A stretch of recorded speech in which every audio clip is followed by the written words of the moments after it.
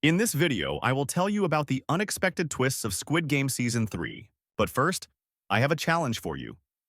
Only 5% of viewers will be able to like and subscribe to the channel before time runs out. 3, 2, 1. Comment done if you manage to do it in time. Third season of Squid Game served as the culmination of the entire story. The final chapter of the bloody saga unfolding against the backdrop of ruthless death games in South Korea. Viewers once again faced drama, betrayal, sacrifice, and redemption. This season proved not only the most tragic, but also the most unpredictable. The fates of beloved characters shifted in an instant, and even those who seemed central to the narrative unexpectedly exited the stage. Keys and Knives, the beginning of chaos. The chaos unfolded right from the season's very first game. Keys and Knives. The players were divided into two teams, blue and red.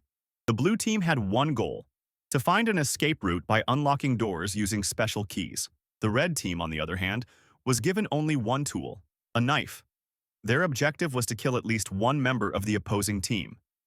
That was the only way to survive. Kang Dae-ho, not the hero. He claimed to be one of the most memorable and shocking episodes involved player 388, Kang Dae-ho. Viewers remember him from Season 2 as the participant who ruined the uprising due to a sudden panic attack. His failure to deliver crucial ammunition on time led to the collapse of the rebellion led by Seong Gi-hun, resulting in the deaths of many. From that point on, Gi-hun had a singular goal: revenge. In the game Keys and Knives, fate brought them together again, but this time in opposing roles. Gi-hun was one of the hunters on the red team, while Dae-ho was a target on the blue team. Gi-hun no longer cared about the rules or his own survival. His only goal was to find and kill the traitor. When Gi-hun finally caught him, Dae-ho, in a fit of despair, confessed his final secret. He had never served in the Marine Corps. His military past was a fabrication, propped up by a fake tattoo inked only for show, and thus ended the path of player 388, disgracefully, unarmed, and filled with remorse. Gi-hun strangled him with his bare hands, a moment that symbolized the complete moral downfall of a man who was once guided by hope. A child born in the midst of a death game. One of the most surreal and tense moments of the season occurred during Keys and Knives, when player 222, Kim Joon-hee, went into labor. She, along with Cho Hyun-ju, player 120, and Jang Gyum-ja, player 149, had taken shelter in a temporarily safe room. Despite the ever-present danger and the psychological stress, life found a way. A child was born in the heart of death. Gyum-ja, having some experience in such matters, assisted with the birth while Hyun-ju stood guard in the hallway. While there were hints of a baby's birth in the trailers, no one expected it to happen in the middle of a deadly game where any distraction could mean instant death. The heroic death of Cho Hyun-ju. Cho Hyun-ju's death was one of the most heartbreaking and unjust in the entire series. A transgender woman who had once supported Gi-hun's uprising, she remained one of the most morally upright and compassionate characters in Season 3. She protected Kim Joon-hee like a sister throughout the games. Shortly after the birth, Hyun-ju volunteered to scout the path ahead to ensure safety for the mother and newborn. That's when she was treacherously stabbed in the back.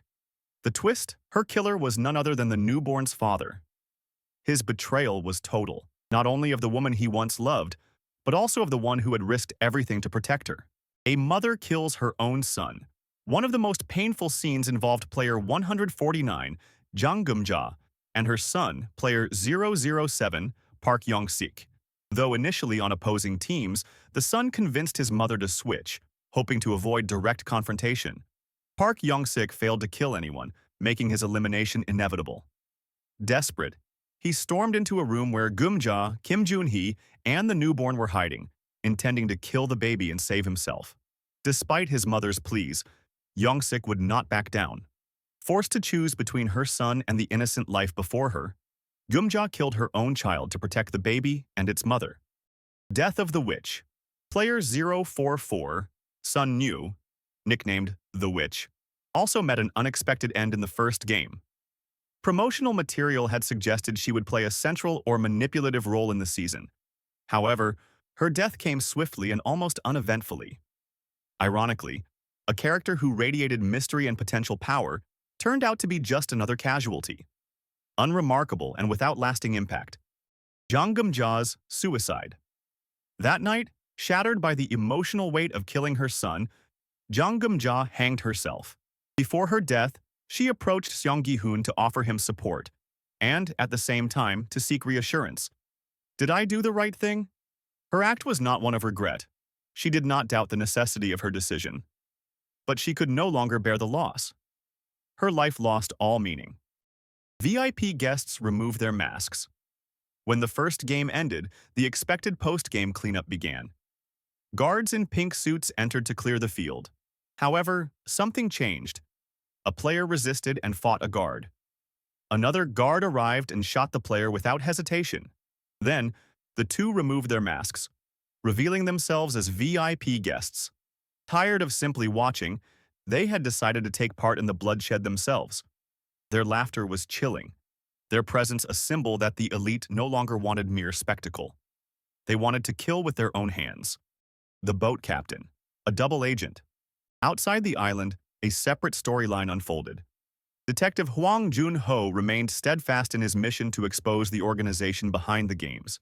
He assembled a team that included ship captain Park Yong-gil, seemingly a helpful ally. However, suspicion grew in team member Choi Woo-seok, especially after the mysterious death of one teammate. Woo-seok noticed that Yong-gil had stood silently on deck that night, holding a screwdriver. Driven by doubt, Woo-seok investigated Yong-gil's home and uncovered damning evidence. Photos of him with the frontman and recruiter, large sums of money, and a pink guard uniform. Yong-gil was clearly part of the system. Unfortunately, Woo-seok was arrested before he could alert Hwang Jun-ho. It was too late. Park Yong-gil launched an ambush, massacring both teams. After such an ambush, only Jun-ho remained alive, but fortunately, there was still a second group that saved him. A new player, 222. After Kim Jun-hee died during the tug-of-war game, everyone assumed her story was over. But the organizers made a grotesque decision. They reassigned her number to her newborn daughter. The child, born in horror, was now the sole survivor of the games. The VIPs, driven by thrill and cruelty, decided to recognize the baby as a full-fledged player. Thus, she officially became player 222. This stirred outrage. Many saw it as a perversion. How could someone who hadn't taken a single step be rewarded like those who'd fought to survive? But in this game, rules and compassion no longer mattered. Death of Seong Gi-hoon. Among the survivors was Seong Gi-hoon, the former winner turned rebel leader. He carried with him not just strength, but a trace of humanity. After Jun-hee's death, he became the infant's guardian. The final straw came during the fifth game, a crossing over suspended steel skipping ropes above a chasm. Holding the child, Gi-hoon jumped from platform to platform. He wanted to return for Jun-hee, who had injured her leg, but greedy players pushed each other into the abyss, leaving no time. In the end, only Gi-hoon and the baby remained. The rules allowed just one survivor. Gi-hoon chose to sacrifice himself, leaping to his death. His final words, "We are not horses. We are people." The front man, a man with a conscience. After the games ended, the front man, Hwang In-ho, did something unexpected. He awarded the entire prize money to the baby, the sole survivor. Moreover, he assigned her a guardian, his own brother, Hwang Jun-ho. But that wasn't all.